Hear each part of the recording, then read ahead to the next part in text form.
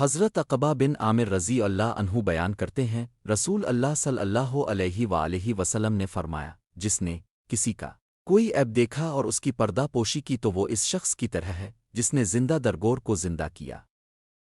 حضرت ابو خراش سلمہ رضی اللہ عنہ بیان کرتے ہیں کہ انہوں نے رسول اللہ صلی اللہ علیہ وآلہ وسلم کو فرماتے ہوئے سنا، جس نے اپنے بھائی سے سال بھر ترک ملاقات کی تو وہ اس کے خون بہانے کے مترادف ہے۔